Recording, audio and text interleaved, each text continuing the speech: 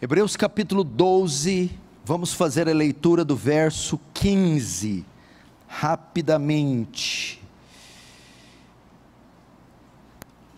Diz assim a palavra do Senhor: atentando diligentemente, porque ninguém seja faltoso, separando-se da graça de Deus, nem haja alguma raiz de amargura que brotando vos perturbe, e por meio dela muitos sejam contaminados. Agora volta lá em Provérbios comigo, Provérbios capítulo 4, livro de Provérbios.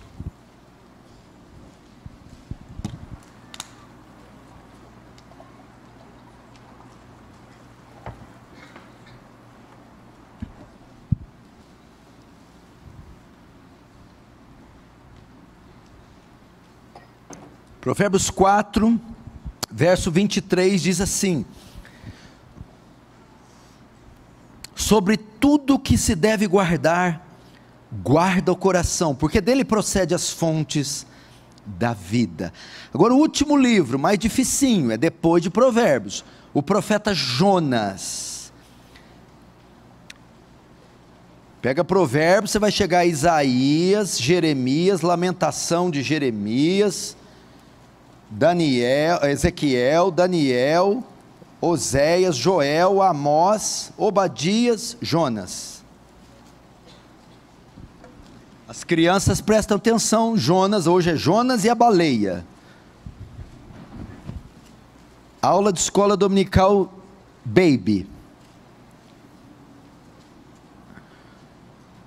Deixa aberta em Jonas capítulo 1. Não fecha, deixa aberta aí, fecha apenas os olhos. Vamos orar.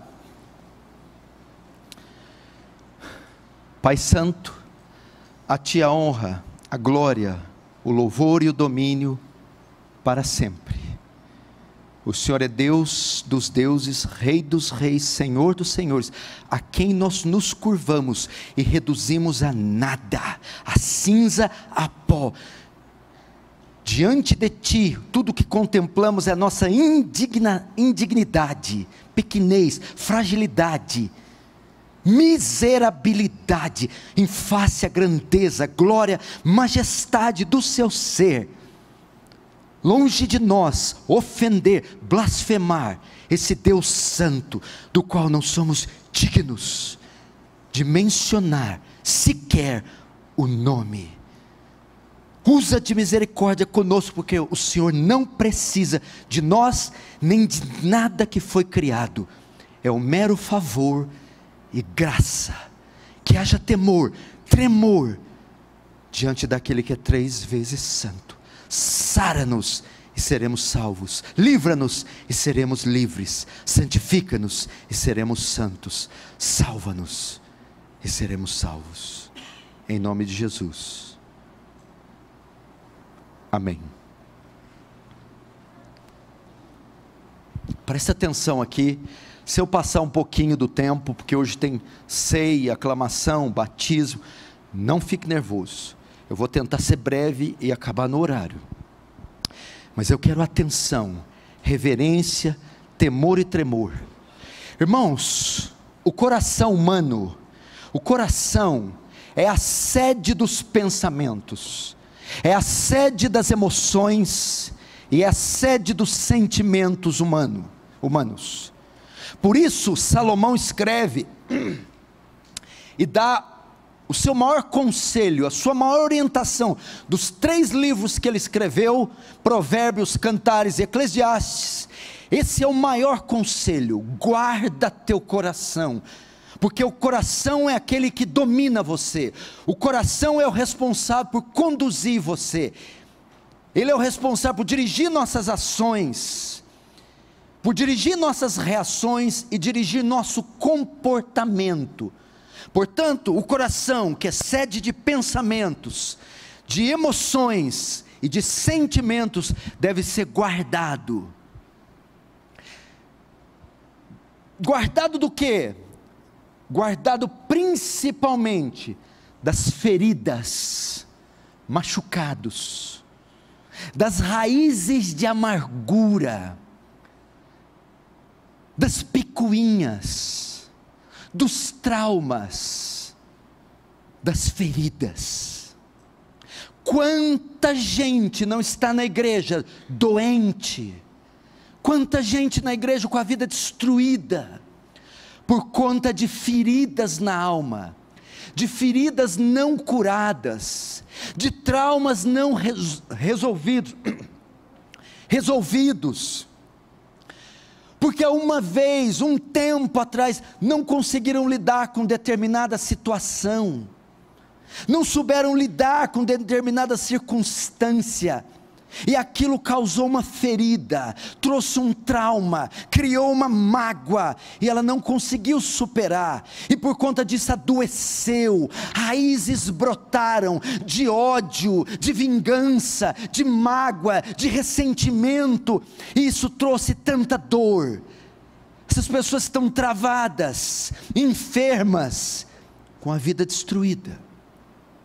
E eu quero ajudar hoje, à luz da Escritura, a entender com profundidade por que essas coisas acontecem e como solucionar elas.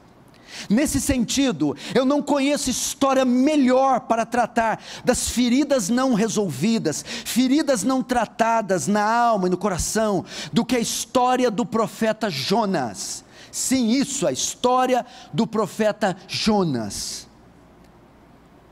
A história do profeta Jonas narra uma das maiores manifestações de poder da história. Jonas, com um único sermão, Deus, através de um único sermão de Jonas, salvou mais de 100.000 pessoas, num dos maiores avivamentos da história, com um único sermão. E nessa história da visitação de Deus em Nínive, a cidade de Nínive, através de Jonas, com essa história do chamado de Jonas para ir a Nínive, pregar salvação a ela, nós aprenderemos algumas lições sobre as feridas e machucados na alma. Nós vamos começar e passar por praticamente todo o livro para você entender. Primeiro nós vamos começar com a ordem de Deus ao profeta. A ordem de Deus ao profeta. No verso 1 está escrito: veio a palavra do Senhor a Jonas, filho de Amitai, dizendo: dispõe-te e vai à grande cidade de Nínive e clama contra ela. Queridos irmãos, o ofício do profeta era de comunicar a mensagem dada por Deus ao seu povo. Era nisso que consistia o ofício do profeta.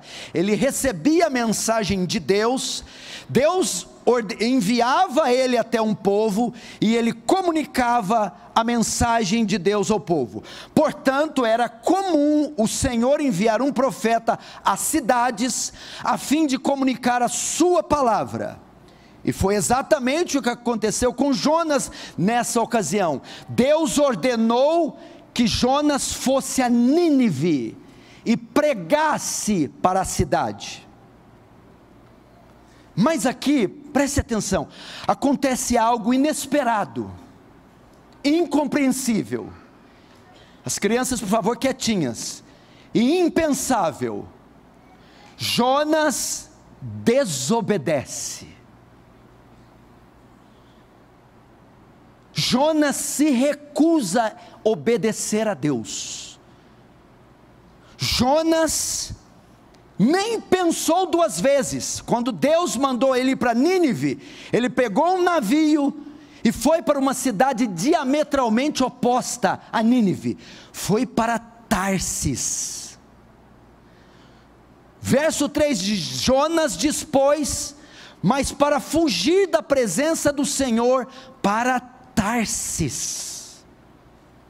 O que está acontecendo aqui? Isso não era comum. Os profetas jamais faziam isso. Quando eles eram chamados, eles já sabiam da sua missão. Eles eram chamados com essa finalidade: obedecer a Deus, ir à cidade e anunciar a palavra. Mas Jonas se recusa a obedecer, e ele não vai, e faz o contrário, pega o navio e vai para outra ponta. O que será que está acontecendo com Jonas? Que comportamento estranho é esse de Jonas? Queridos irmãos, você também está assim como Jonas? Você está com um comportamento estranho? Você, marido, tem reparado que a sua esposa de um tempo para cá está estranha? Está tendo atitudes estranhas? Ou seu marido anda tendo um comportamento estranho, um comportamento que não é comum a um cristão, não é comum a um pai de família, não é comum ao marido? Jonas está tendo um comportamento estranho, e ele então desobedece. Agora vamos ver as consequências da desobediência.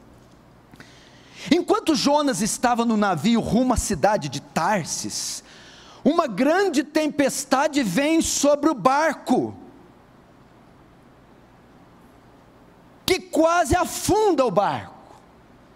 Mas essa tempestade não foi obra do acaso, fruto do clima, foi disciplina de Deus, em razão da desobediência de Jonas, porque o verso 4 diz: mas o Senhor lançou sobre o mar um forte vento, e fez-se no mar uma grande tempestade. O texto diz que aqueles homens, temendo a morte, só um minuto, o texto diz que a tempestade era tão grande, que quase despedaçou o barco.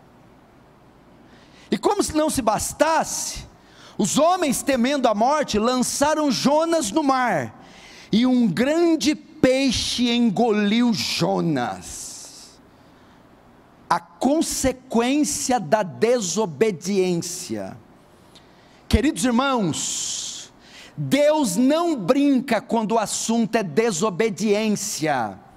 O castigo é certo e é pesado. Uma tempestade quase destrói o barco, e um peixe traga Jonas.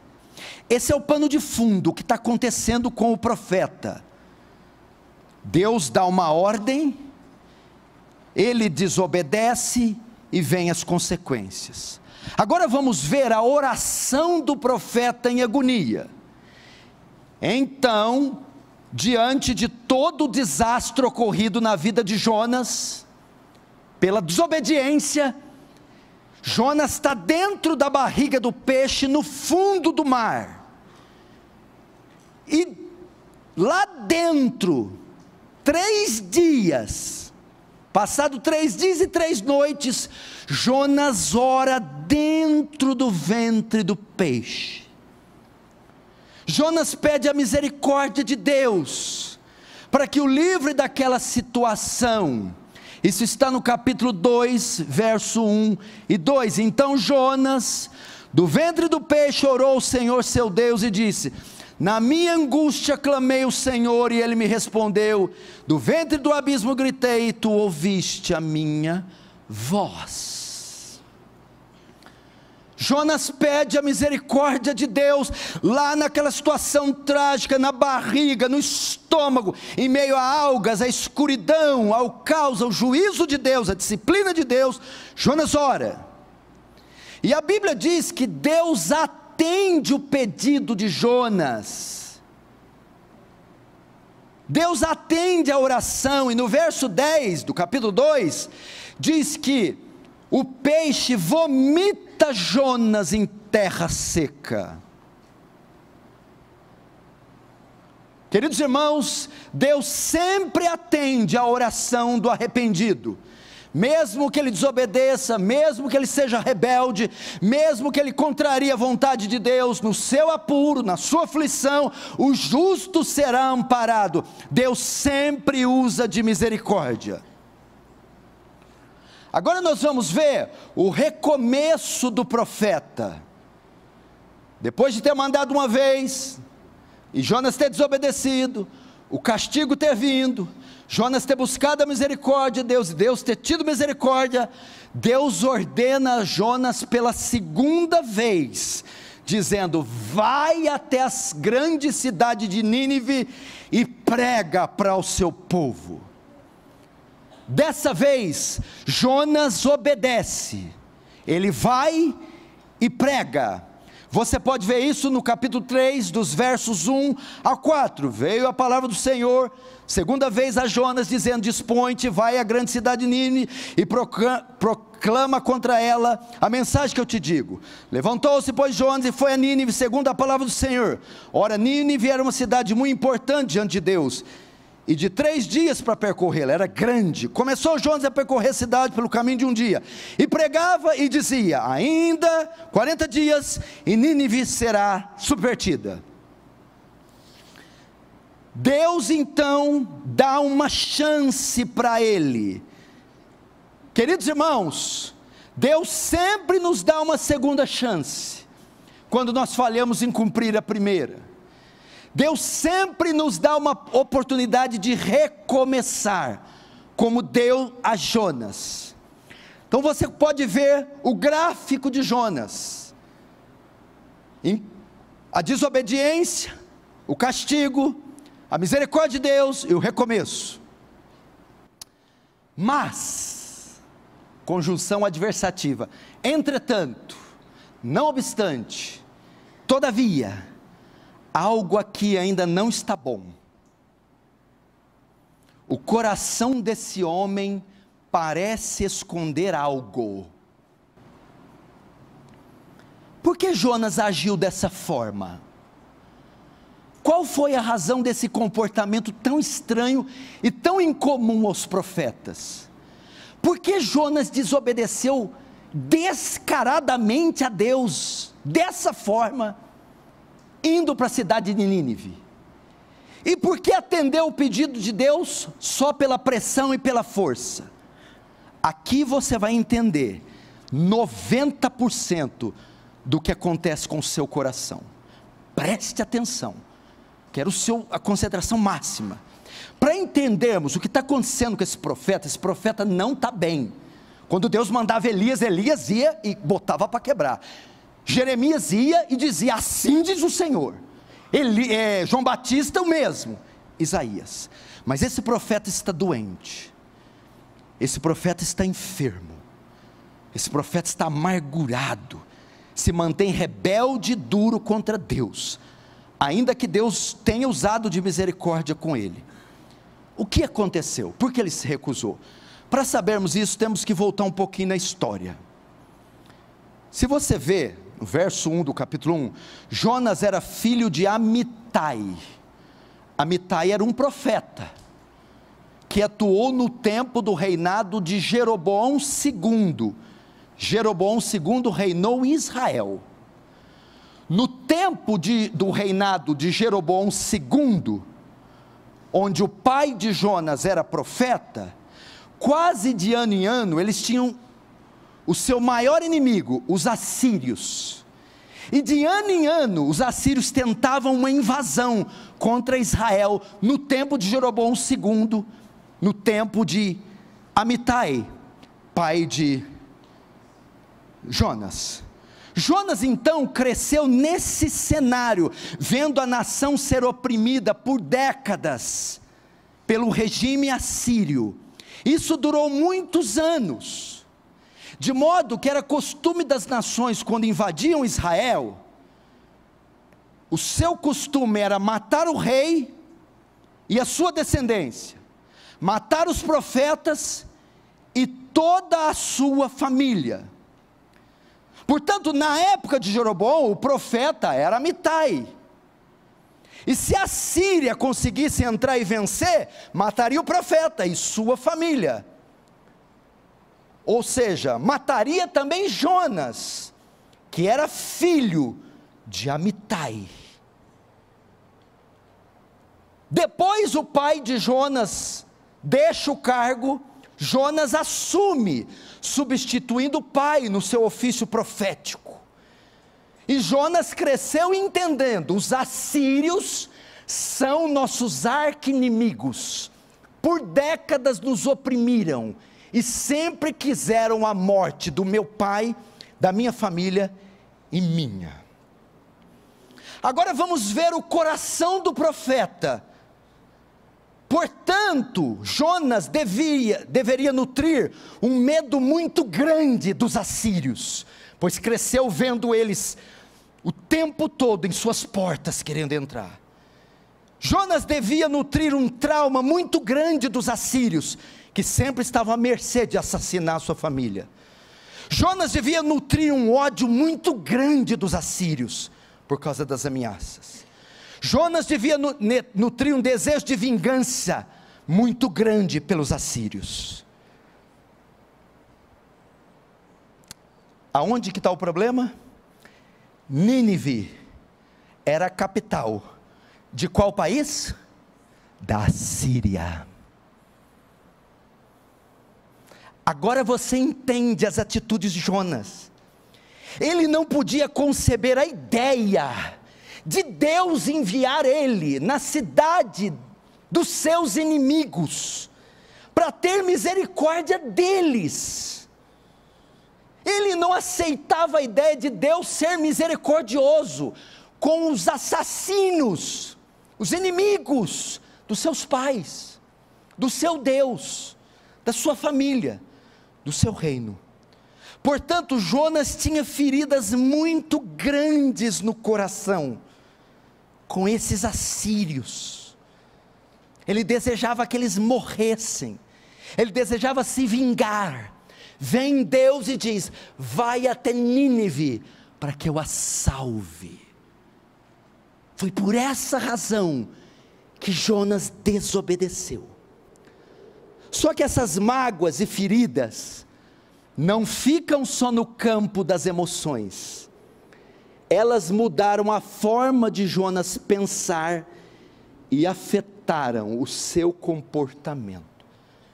Você que está aqui, o que aconteceu com você no passado, que você carrega até hoje?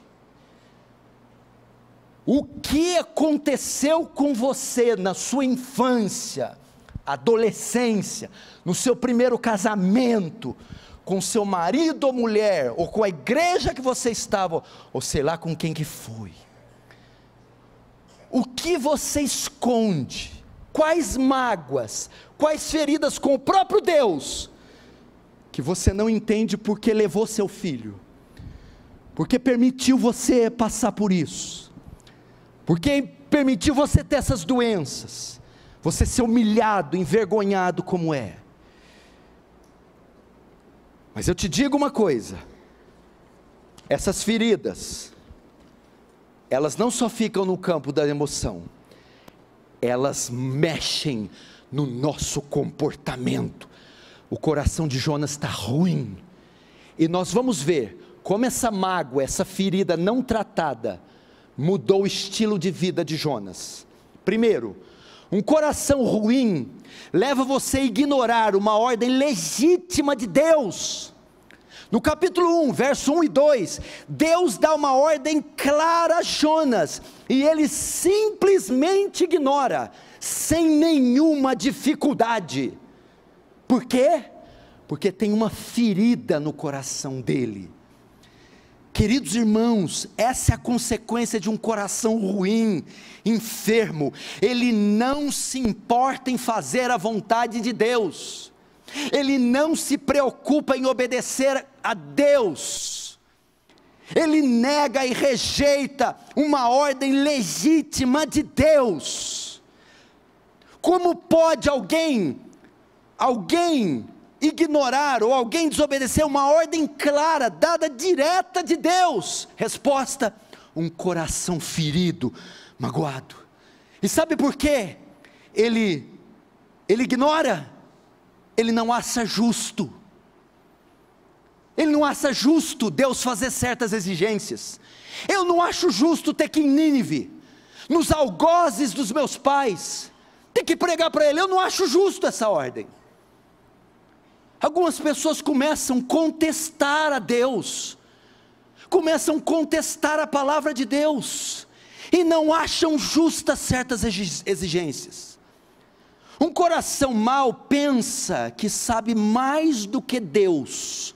Lembra quando Deus deu uma ordem direta para Saul: vai até Amaleque, mata Agag, e não poupa nada nem ninguém, nem ovelhas nem bois. Saul vai lá e volta com Agag e as ovelhas vivas. Nessa hora Deus destitui Saul do trono, porque ele diz: misericórdia quero e não sacrifício. Melhor obedecer do que sacrificar. Um coração ruim leva você a ignorar uma ordem legítima de Deus. Segundo, um coração ruim leva você a comprometer a vida de terceiros. No capítulo 1, no verso 5, Jonas não estava sozinho no barco. Uma embarcação que tinha porão devia ter entre 15 a 25 tripulantes. A Bíblia diz que, por conta da desobediência de Jonas, todos os 25 sofreram com a tempestade. Estavam correndo risco de vida, porque a desobediência de Jonas trouxe maldição sobre o barco, e todos que estavam com ele no barco. Olhe para mim, existem pessoas à sua volta, que estão sofrendo, por conta da sua amargura, por conta das feridas do seu coração, por conta das mágoas que você não trata. Sua mulher é vítima de um homem amargurado, seus filhos são vítimas de um pai amargurado, iracundo, doente. Sua mulher, seu marido é vítima de uma esposa amargurada, e sofrem despesas, dívidas, despejo, vergonha na escola, humilhação, porque o pai não tratou o coração, e a casa inteira está debaixo de maldição. Casa inteira. Sua desobediência tem feito mal à sua família, tem feito mal ao seu casamento, tem feito mal ao seu ministério, tem feito mal aos irmãos. Ele senta numa roda, ele contamina todo mundo. Ele vai numa comunhão, ele contamina todo mundo. Lá no trabalho ele contamina, ele compromete tudo. Era o que aconteceu com Jonas. Essa ferida da Síria estava lá dentro, e ele não perdoava, e ele nutria ódio, ele nutria desejo de vingança, e por causa disso a maldição caiu sobre ele, e os que estavam ao redor dele. Veja como é perigoso isso, você não tratar dessas feridas, desses pecados. Terceiro, um coração mau fará com que sua oração não seja legítima ou completa. O que aconteceu com Jonas diante daquela situação? Capítulo 2, ele ora dentro do ventre do peixe, mas o coração está ruim. Notem que a oração de Jonas, ele reconhece que é castigo de Deus no verso 3, ele sabe que Deus o afastou de sua presença no verso 4, ele sabe que Deus está irado no verso 6, mas note, ele está apenas pedindo livramento, socorro, alívio. Em momento nenhum ele está pedindo perdão, em momento nenhum ele está reconhecendo a sua culpa. O coração está enfermo, a oração é comprometida, ela não é legítima ou completa. Não há um pedido de perdão ou um arrependimento real pelo seu ato. Veja o verso 9. Mas com a voz do agradecimento eu te oferecerei o sacrifício, o que votei pagarei. Presta atenção, isso aqui é muito importante.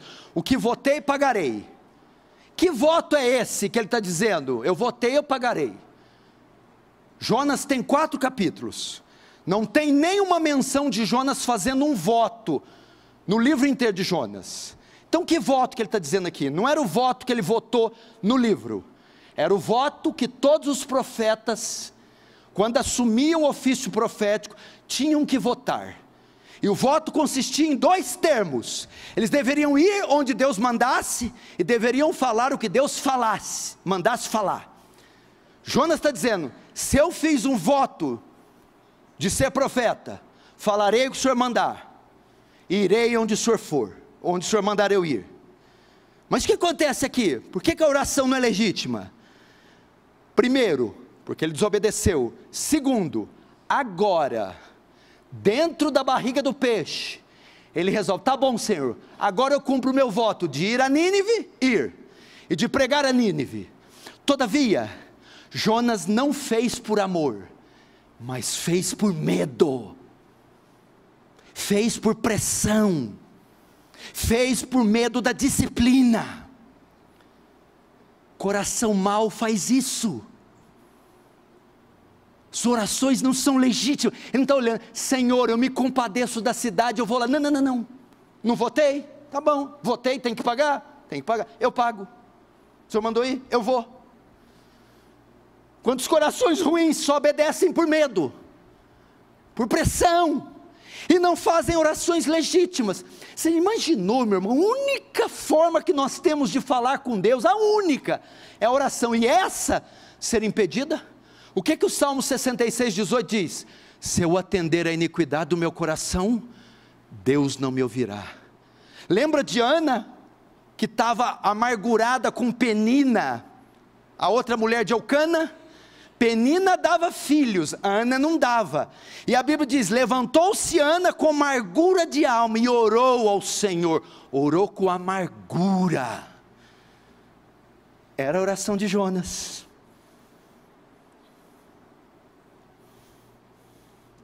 Quarto, um coração ruim compromete a obra do Senhor.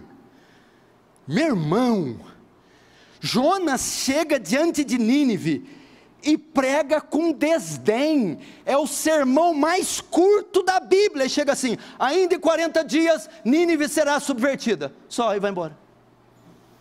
Ele não está nem um pouco com vontade de pregar para aquele povo. Ele chega com desdém. É um sermão curto, cheio de má vontade. Segundo, ele não fala no sermão sobre esperança, sobre salvação, sobre a misericórdia de Deus, só menciona juízo. Coração ruim compromete a obra do Senhor. A obra é feita de forma desleixada, mal feita, com desdém. Tem que ir nessa reunião de oração, tem que evangelizar nas ruas, tem que dar testemunho. E que mais o texto mostra? Ele desejava o mal daqueles a quem Deus amava. Ele desejava o mal, que diz: em 40 dias Nínive será subvertida. Ele não fala do amor, ele não fala da misericórdia, ele deseja a destruição. Ele fala: em 40 dias essa cidade vai ser destruída. Ele desejava o mal daqueles a quem Deus amava. O coração ruim faz isso. Você começa a desejar o mal de quem Deus ama, o mal de quem Deus ama. Deus ama a igreja, Deus ama os irmãos, Deus ama os oficiais, Deus ama os pecadores, mas o coração ruim me faz, sabe o que? Olha que o coração ruim me faz. O coração ruim me leva a desejar a destruição daqueles a quem Deus deseja salvar. Deus desejava salvar os ninivitas, Jonas queria a destruição dos ninivitas. Em 40 dias Deus vai destruir isso aqui. Não, eu quero salvar. Mas o coração ruim me leva a desejar o mal das pessoas, a ruína das pessoas, me leva a ter ódio das pessoas. queridos irmãos, será que vocês não estão assim, torcendo para que alguém caia, torcendo para que alguém se arruine, torcendo para que alguém se exploda? Que isso? Um coração ruim torce contra os próprios filhos, torce contra a própria mulher, torce contra o próprio marido, torce contra a própria igreja, torce contra os próprios irmãos. Eu quero que esse pastor se arrebente, eu quero que essa igreja, que é isso? É um coração ruim, deseja o mal do povo de Deus, o mal da obra, o mal dos pastores, o mal dos irmãozinhos. E você quer ver mais? Agora atinge o ápice. Um coração ruim se entristece com o bem dos outros. Veja só o capítulo 4, verso 1. Veja o absurdo. Com isso desgostou-se Jonas extremamente, ficou irado. Mas o que é isso? Com isso algo aconteceu, que deixou Jonas desgostosamente, extremamente irado e desgostoso e triste. Que coisa que aconteceu? Olha isso aqui. Deus manda ele ir pregar. Sabe quantas pessoas ouviram o sermão? 120 mil, metade da população de Franca. Mesmo com má vontade, mesmo um sermão curto, mesmo pronunciando juízo, mesmo querendo a destruição, Jonas prega. As 120 mil almas se convertem. Sabe qual a reação de Jonas? Ele ficou triste, ele ficou irado, ele ficou desgostoso pela conversão dos ninivitas. Olha que coisa horrível. Ele se desgostou. Um coração ruim se entristece com o bem dos outros. Olha que paradoxo, escute isso aqui, olha que coisa forte. A ferida aqui não é brinquedo não. No capítulo 1, quando vem a tempestade, o barco está quase se despedaçando e correndo risco à vida dos 25. E todo mundo sabe que a culpa é de Jonas. Quem é você? O que está acontecendo? Eu sou hebreu e temo o Deus que fez o céu e a terra. Me atira no mar que a tempestade vai cessar. Jonas estava disposto a dar a vida por 25 pessoas que ele não conhecia, mas não estava disposto a pregar o evangelho da salvação para 120 mil ninivitas. A ferida que ele tinha é tão grande, que ele dizia, precisa aqui marinheiro, eu dou a vida, mas para os ninivitas não, eu odeio os ninivitas. É Deus falando para você, vai e conversa com aquela pessoa não, naquele lugar não me manda não, naquela casa eu não vou falar com aquela mulher, eu não vou me humilhar. O senhor pode mandar, eu dou dinheiro para os pobres, eu vou lá na África, eu jejuo, eu fico no vale, mas não me manda ir lá, não me manda fazer o que eu não quero. Por quê? Porque eu tenho uma mágoa, eu me entristeço com o bem dos outros. Pede o que o senhor me quiser, o que o senhor quiser, mas não me manda ir até os ninivitas. Não tem gente assim? Eu não vou falar mais com a tua mãe, acabou. Eu não piso mais naquela casa, eu não piso mais naquela igreja, eu não falo mais, não adianta Deus me mandar. Que é isso, irmão? Vence esse negócio aí, irmão. Que ferida doentia, que patologia que é essa? Quebra isso no nome de Jesus, senão você vai definhar. Quebra essa barreira, fecha essa ferida hoje. Era Jonas.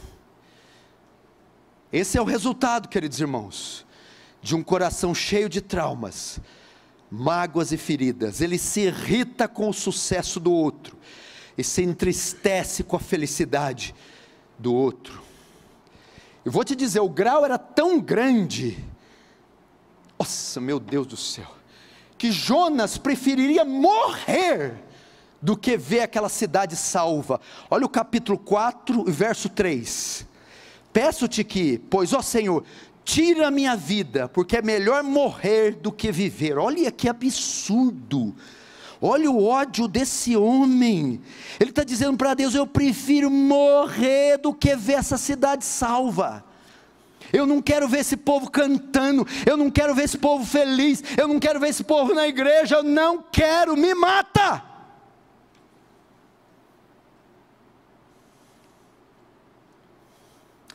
Você acha que é só no Ratinho que tem essas coisas?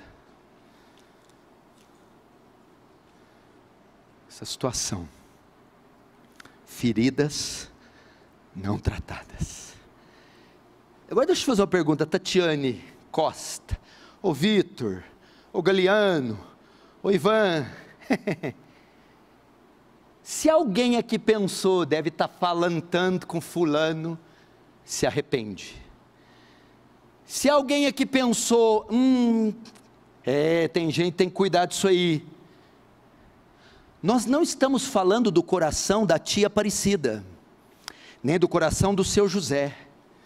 Nós estamos falando de um profeta, Jonas, que recebeu uma ordem oral, verbal de Deus. Se Jonas, que ouvia a voz de Deus, foi capaz de nutrir, criado na Torá desde a infância, criado na lei de Moisés, na tradição dos seus pais, homem de Deus, separado para o serviço profético, conseguiu nutrir uma ferida dessa no coração. Imagina nós, eu e você. Imagina eu e você. Será que você não consegue olhar para suas obras, palavras, ações, sentimentos, e você não consegue fazer um paralelo e falar: pastor, minhas obras estão carregadas dessas doenças. Pastor, eu estou doente da planta do pé ao alto da cabeça, de chagas, porque eu tenho feridas, eu tenho traumas, e a minha vida está assim, a minha oração é comprometida. Outros estão pagando pelos meus pecados. Está horrível, pastor, eu estou vendo as consequências disso. E foi por coisas que eu deixei, a obra está sendo comprometida, eu estou desobedecendo a Deus. Pode ser o seu retrato. Faz uma reflexão agora. Será, meu Deus? Meu Deus, pensa, que o Espírito Santo sonde o seu coração, reflita. Agora, qual a solução? Qual a saída? Como vencer um negócio dessa estrutura? O homem queria a morte, ele não aceitava o fato de Deus perdoar aquele povo. Ele tinha uma ferida tão grande que ele dizia: eu prefiro morrer. Será que é o seu caso, irmã? Irmão, o bloqueio com alguém, com algo é tão grande. Qual a solução? A solução se encontra no capítulo 4. Eu vou contar a historinha rapidinho. O capítulo 4 é a historinha de Jonas, da planta e de um verme. Jonas, a planta e o verme é que restauram o profeta. Jonas, depois que Deus salva Nínive, vai para um deserto. Ele ainda está revoltado com Deus. Mas naquele deserto o sol está muito forte, queimando a cabeça de Jonas. Deus então, num ato misericordioso e soberano, faz crescer uma planta no deserto, que proporciona uma sombra para Jonas, e alivia ele do sol, dá conforto e alívio. Mas no dia seguinte, Deus envia um verme, o verme fere a planta seca, e o sol volta a queimar a cabeça de Jonas, e Jonas se irrita.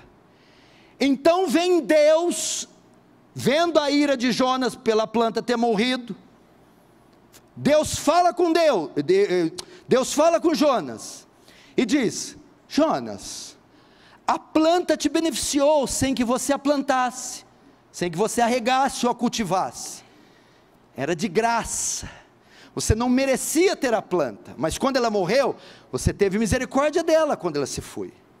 Da mesma forma, Jonas, eu não posso ter compaixão de uma cidade que tem 120 mil pessoas que não sabem diferenciar a mão esquerda ou da direita.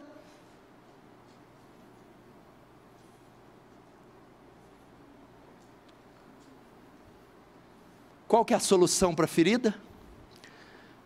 Graça. Graça.